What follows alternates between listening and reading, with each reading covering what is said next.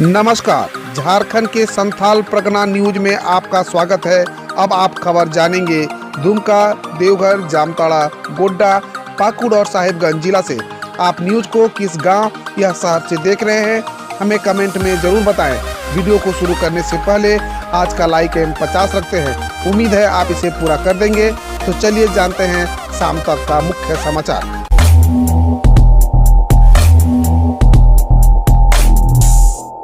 मधुपुर उपचुनाव के नतीजों से हेमंत सरकार को बड़ी राहत। असंतुष्ट यूपीए विधायकों और बीजेपी की मुहिम को लगा तगड़ा झटका। झारखंड के मधुपुर विधानसभा उपचुनाव में सत्तारूढ़ जेएमएम के उम्मीदवार और पर्यटन मंत्री हफीजुल हसन ने शानदार जीत की है। उनकी जीत से मुख्यमंत्री हेमंत सोरेन की प्रतिष्ठा तो बची गई, साथ ही करीब 1.5 साल के शासन से नाराज चल रहे असंतुष्ट यूपीए विधायकों और विपक्षी पार्टी बीजेपी की मुहिम को भी तगड़ा झटका लगा है। उपचुनाव के नतीजे से हेमंत सरकार पर मंडरा रही सियासी संकट फिलहाल टल गया है। हालांकि महागठबंधन को पूर्ण बहुमत होने के बावजूद ये सरकार अपना कार्यकाल पूरा कर पाएगी, इसे लेकर राजनीतिक विश्लेषक समय समय पर सवाल उठाते रहे हैं। भाजपा के हार के बाद क्यों ट्रोल हो रहे हैं गोड्डा सांसद निशिकांत दुबे। झारखंड की मधुपुर विधानसभा सीट के लिए हुए उपचुनाव में झारखंड मुक्ति मोर्चा के प्रत्याशी हफीजुल हसन ने 5293 मतों से विजयी दर्ज की है। हसन ने बीजेपी के उम्मीदवार गंगा नारायण सिंह को मात दी है। उपचुनाव के नतीजों की खबर के बीच गोड्डा के भाजपा सांसद निशिकांत दुबे ट्विटर पर ट्रोल हो रहे हैं। दुबे के ट्रोल होने की वजह उनका खुद का एक बयान बन गया है, जिसमें उन्होंने अति आत्मविश्वास जताते हुए भाजपा के जीत का दावा अपने ही अंदाज में कर दिया था। दरअसल कुछ रोज पहले वोटिंग के बाद निशिकांत दुबे ने कहा था कि आपने मधुपुर में भाजपा को नया विधायक दिया, हम जल्द ही आपको बाबूलाल मरंडी के नेतृत्व में नया मुख्यमंत्री देंगे। मधुपुर उपचुनाव के नतीजे आने से पहले ही दुबे ने भाजपा की जीत को एकदम तय बताने के लिए यह दावा कर दिया था, लेकिन ऐसा नहीं हो पाया। मेरा वादा है 2 तारीख के बाद यदि गंगा नारायण को आपने विधायक बना दिया तो 10 मई तक मैं बाबूलाल मरांडी जी को मुख्यमंत्री बना दूंगा। बीआईटी सिंदरी के पूर्व छात्र ने दिया पीएम केयर फंड में $1 मिलियन का योगदान। जानिए अभी किस देश में है उद्योगपति। देश जब भी मुश्किल हालात से गुजरा है तो विदेश में रह रहे भारतीयों ने दिल खोलकर मदद की है। अभी समूचा भारत कोरोना महामारी के संकट से गुजर रहा है। स्वास्थ्य सुविधाओं को लेकर कई प्रकार की चुनौतियां सामने है। ऐसी परिस्थिति में अमेरिका में रह रहे Birsa institute of technology Sindri के पूर्ववर्ती छात्र डॉक्टर केपी सिंह मदद के लिए आगे हैं। हालांकि कई पूर्ववर्ती छात्र मदद को पहले भी आगे आते रहे हैं। डॉक्टर सिंह बीआईटी सिंदरी के मैकेनिकल इंजीनियरिंग ब्रांच के 1967 बैच के पास आउट छात्र हैं। उन्होंने प्रधानमंत्री केयर फंड में $1 मिलियन दान किया है। भारतीय रुपये में यह राशि 74.10 लाख है। झारखंड में ई कल्याण स्कॉलरशिप पोर्टल बंद होने से स्टूडेंट को हो रहे परेशानी। झारखंड सरकार की ओर से दी जाने वाली ई कल्याण स्कॉलरशिप से बड़ी संख्या से छात्र वंचित रह गए हैं। खासकर बीएड के सत्र 2020-22 के जिन विद्यार्थियों ने नामांकन कराया उनकी परेशानी बढ़ गई है। जिन्होंने सरकार से JCECE पोर्टल के माध्यम से नामांकन कराया, इनमें से अधिकतर विद्यार्थी अल्पसंख्यक वर्ग हैं। उनका कहना है कि ये आगे की पढ़ाई के लिए पूरी तरह छात्रवृत्ति पर निर्भर है, लेकिन उनके नामांकन से पूर्व झारखंड सरकार की ओर से दी जाने वाली एक कल्याण स्कॉलरशिप का पोर्टल बंद किया जा चुका है। अब उनके सामने आगे की पढ़ाई रखने के लिए समस्या खड़ी हो गई है। लापरवाही की भी हद होती है। झारखंड की राजधानी में मुर्दे को भी ड्यूटी पर लगाया।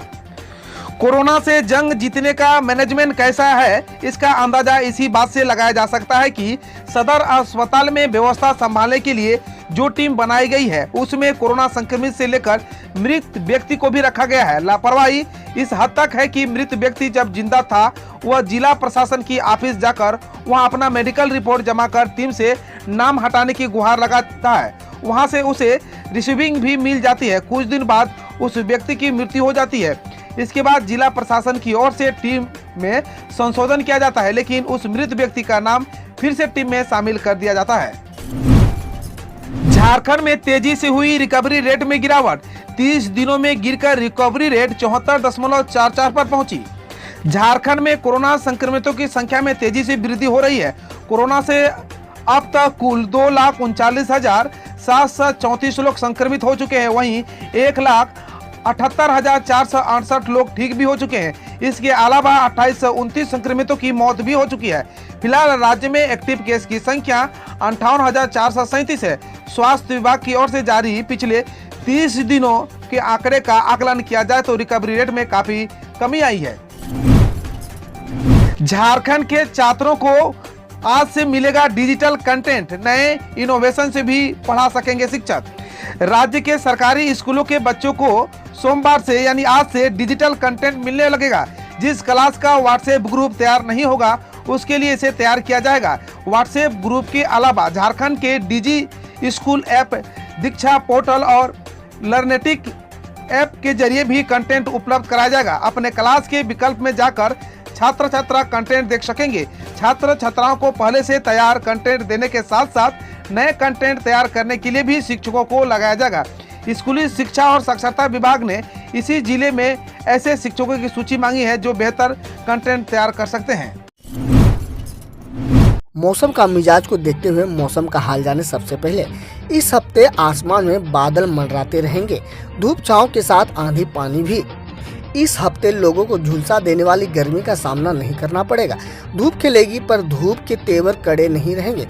धूप छांव की आवाजाही जारी रहेगी। इस दौरान कभी धूप चलेगी तो कभी आसमान में बादल छाए रहेंगे।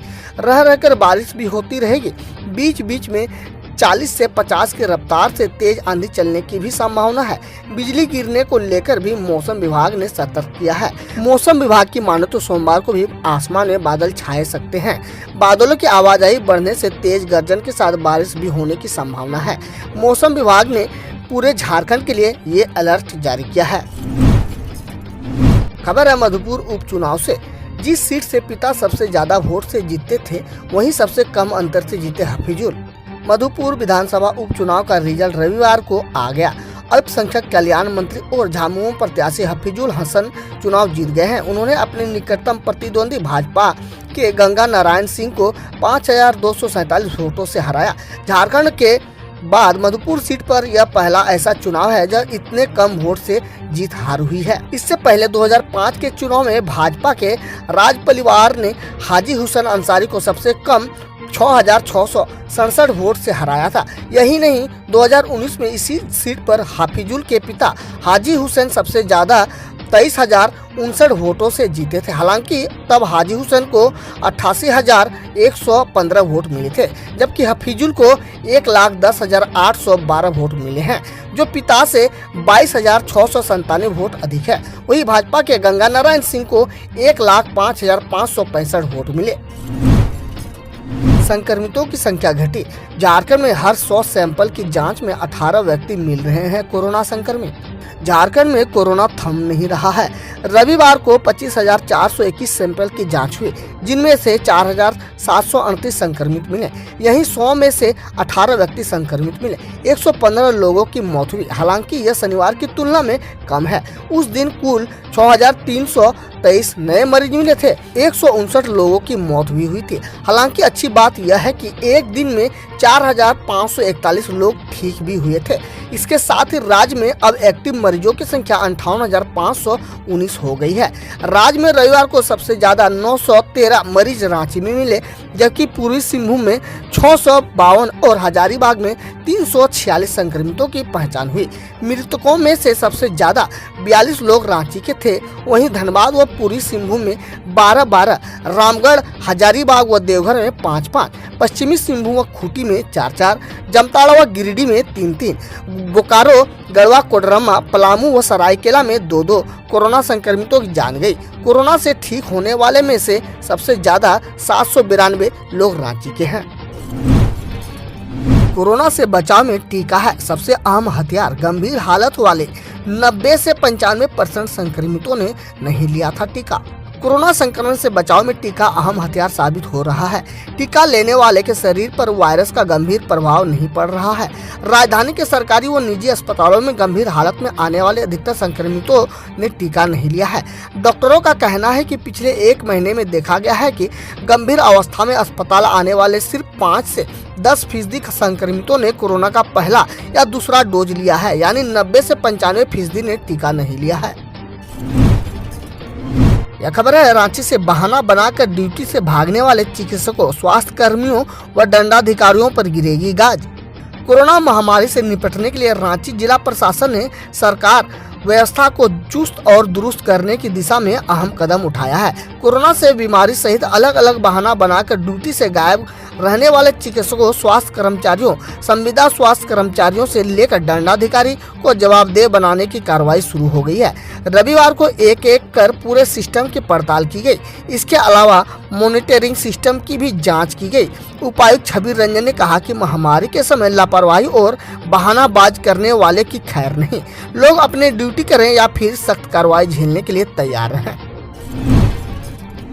तो चलिए खबर जानते हैं अब देवघर से। जीत की हैट्रिक मारकर हेमंत ने भाजपा को दिया बड़ा झटका। हाई प्रोफाइल मधुपुर सीट जीतकर मुख्यमंत्री हेमंत सोरेन ने उपचुनाव में जीत की हैट्रिक लगा दी। 25 मार्च को झामुमो उम्मीदवार हाफिजुल हसन के नामांकन के दिन आम बगान के मंच से ऐलान किया था कि मधुपुर सीट उनके लिए खास है और उसी खास को खास बनाने के लिए 8 दिन तक विधानसभा क्षेत्र में कैंप किया। तनिका समेटकर पार्टी के पक्ष में गोलबंदी की। झामुमो की जीत का सबसे बड़ा कारण मधुपुर उपचुनाव सरकार लड़ रही थी। मुख्यमंत्री हेमंत सोरेन ने पूरी किलाबंदी कर दी थी। 8 दिन तक मधुपुर में रहकर 6 सभाएं की। सुबह से लेकर रात तक रणनीति बनाने में कोई कसर नहीं छोड़ी। चुनाव प्रबंधन बहुत ही मजबूत रहा। यह खबर है दुमका से 2 दिन में 86 लोगों ने जीता कोरोना से जंग। 72 मरीज मिले। पिछले 48 घंटे में जिले में एक चिकित्सक समेत 72 लोग कोरोना संक्रमित पाए गए। वहीं इससे अधिक 86 लोगों ने कोरोना को मात दे दिया है। रामगढ़ निवासी एक व्यक्ति ने कोरोना की वजह से दम भी तोड़ दिया। शनिवार को जहां 55 वर्षीय संक्रमित हुए, वहीं रविवार को संख्या घटकर 17 हो गई। पहले दिन 72 और दूसरे दिन 14 लोग ठीक हो गए हैं। यह खबर है जामताड़ा से। बसें बंद रहने से मिहिजाम के लोगों की बड़ी परेशानी। आसनसोल बस एसोसिएशन की ओर से 1 से 3 मई तक बसों का परिचालन पर रोक लगाने से लोगों को भारी परेशानी का सामना करना पड़ रहा है। रविवार को दैनिक कार्यों से आसनसोल या आसपास के क्षेत्रों में लोगों को निजी वाहन या किराए के वाहन से गंतव्य की ओर जाना पड़ा। कई दुकानों और प्रतिष्ठानों में दैनिक मजदूरी करने वाले लोगों को ज्यादा किराया वाहन कर यातायात करना पड़ा। इधर बसों के परिचालन बंद करने से चितरंजन के 1 नंबर गेट स्थित बस स्टैंड पर बसें खड़ी रहीं। यात्री चितरंजन रेलवे स्टेशन पर आसनसोल जाने के लिए वैकल्पिक व्यवस्था के लिए घंटों इंतजार करते दिखे। गौरतलब हो कि कोरोना के बढ़ते संक्रमण को देखते हुए 1 से 3 मई तक चितरंजन व आसपास के स्थानों से चलने वाली यात्री बस का परिचालन बंद कर दिया गया है। यह फैसला आसनसोल बस एसोसिएशन ने लिया है। खबर है पाकुड़ से। शहर में जनता कर्फ्यू जैसा रहा नजारा। कोरोना संक्रमण के दूसरे लहर को देखते हुए रविवार को शहर के व्यापारियों ने अपने अपने दुकानों व प्रतिष्ठानों को बंद रखा। शहर में सन्नाटा पसरा रहा। जनता कर्फ्यू जैसा नजारा दिखा। इस अघोषित कर्फ्यू का आमजनों ने भी समर्थन किया। तमाम खबरों के लिए आप हमसे जुड़े रहें। इनमें से आपके लिए कौन सा खबर महत्वपूर्ण रहा, कमेंट सेक्शन में कमेंट कर आप हमें जरूर बताएं। हो सके तो इस खबरों को लोगों में ज्यादा से ज्यादा शेयर करें। मनरेगा मजदूरों ने ऑनलाइन मनाया मजदूर दिवस। यह खबर बताया जा रहा है कि पाकुड़ से ही है। सामाजिक आकेक्षण दल के पहल पर मनरेगा मजदूरों ने ऑनलाइन वर्चुअल के माध्यम से शनिवार को मजदूर दिवस मनाया। सर्वप्रथम मंच के सदस्यों ने एक सुर में मनरेगा मजदूरों का मजदूरी दर बढ़ाने के लिए सरकार का आभार व्यक्त किया। सामाजिक आकेक्षण दल के सदस्यों ने सरकार व विभागीय मंत्री से आग्रह किया कि कोरोना काल में सबसे अधिक समस्या मजदूरों को उठानी पड़ रही है। कहा कि अधिक से अधिक मजदूरों को संचालित योजना के माध्यम से कार्य दिलाने का प्रयास करें। यह खबर है साहेबगंज के मुंडई से। मुंडई में गाइडलाइन के उल्लंघन पर सैलून हुआ सील। गाइडलाइन का उल्लंघन करने पर एसडीओ हरिवंश पंडित ने राजमहल प्रखंड के मुंडई स्थित एक सैलून को सील कर दिया है। हरिवंश कुमार पंडित क्षेत्र भ्रमण के लिए निकले थे। इसी क्रम में एक सैलून को खुला हुआ पाया। सैलून संचालक बिना मास्क लगाए ग्राहकों की सेविंग कर रहा था। लॉकडाउन के चलते सैलून दुकान को पूरी तरह से बंद रखने के दिशा निर्देश का उल्लंघन एवं कोविड गाइडलाइन का सही ढंग से अनुपालन न करने के आरोप में दुकान को सील कर दिया। दुकान संचालक के विरोध विधि समस्त कार्रवाई करने का दिशा निर्देश दिया गया है। हम रोज ऐसे ही न्यूज लाते रहेंगे, तो यदि आपने अभी तक क्लीन न्यूज को सब्सक्राइब नहीं किया है तो पहले फटाफट सब्सक्राइब कर लें, साथ ही बेल आइकन को दबा दें ताकि कोई अपडेट मिस ना हो।